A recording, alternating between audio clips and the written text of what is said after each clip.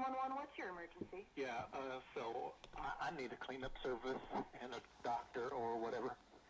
Sir, are you injured? I think so, but I can't really tell what's left. What's left of what?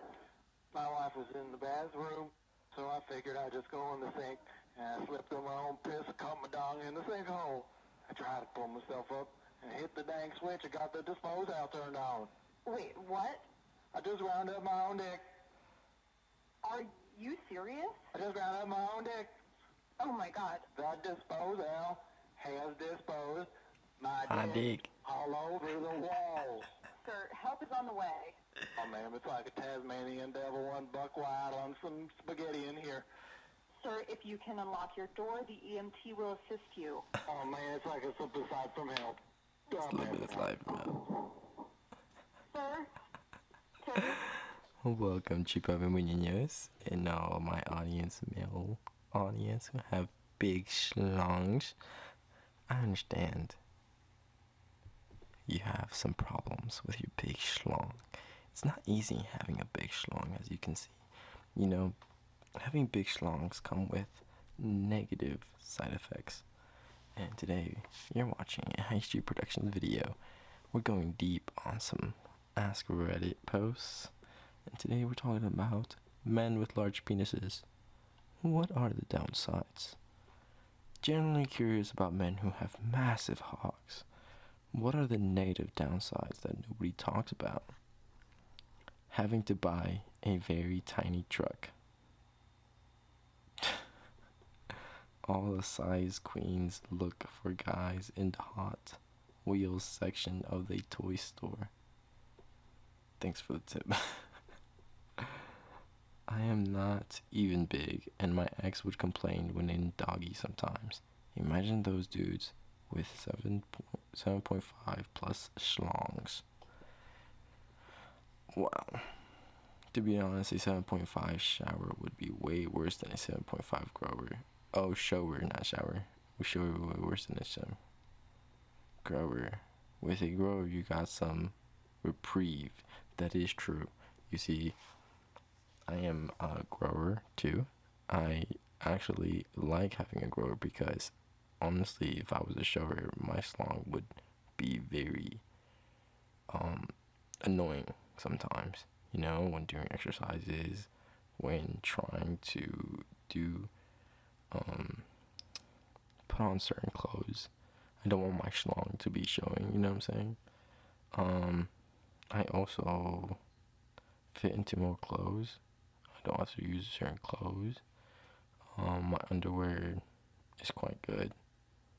I have a certain underwear that I wear, and I don't really worry about, you know, my schlong, you know, being in the wrong position. It kind of fits perfectly into the cup, which is great. It's perfectly great. Here, let's hear more comments. The trick there is to get a hard on 10 minutes before showtime, and then let it soften a bit. Till somewhat I floated when he comes out later on. I don't get it.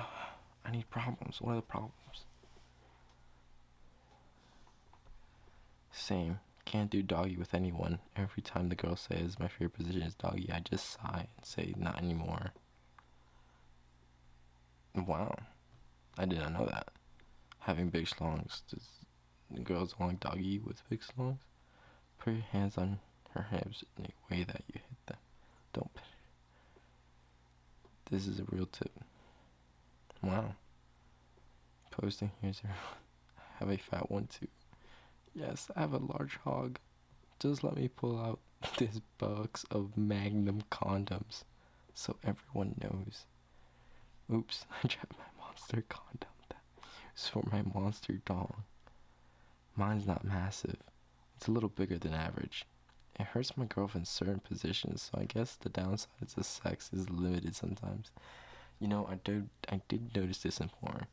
There's certain porn stars who only do a certain positions, and when I read some of their interviews, they kind of like said how, you know, it really just depends on the positions because some dongs are too big. And it's true, some dongs are way too big, and there's a lot of girls out there, although it's not popular because, you know, as guys, we just love to listen to little sluts and whores, not listen to the people who actually really who enjoy a nice 5-incher sometimes. You know what I'm saying? It's the main one. I'm only a little over average as well, and it really just kills the fun at the worst times. I love to take a good half inch off. Average is 6, and you want to take half inch off. There's a little penis donut that you can put on. Stops you from going all the way in, and should help you to not have to think about it mid-act. So I heard big penises are very, very. Thank you. As a woman who with endometriosis experiencing this pain, this may change my life. Okay. Yeah, I heard that big penises do hurt a lot of girls, and some girls are not meant to be that, and you know their pussies are different. They're different shapes and sizes, and I understand that, you know, sometimes you have to find the perfect fit. As as weird as that may sound, it is kind of finding the perfect fit. Or if you want to get it bigger for just about, you know what I'm saying? I can't really judge you. Some people enjoy it more than others, and what no one talks about is the huge amount of preparation that has to be done for anal. For the vast majority of game, you can just shove it up and off we go. It takes practicing. It's a lot of work. I bet, dude. Oh my god. It's just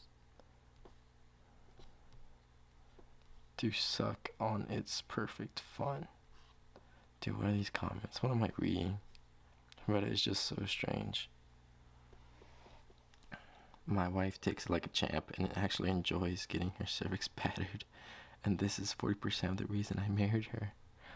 Good for you. Good for you, bro. That's why y'all are married. I'm above average when I say I'm super massive, but I do need to be mindful of fully going in. It's caused my partner's pain before. Also, public boners can be tough to hide.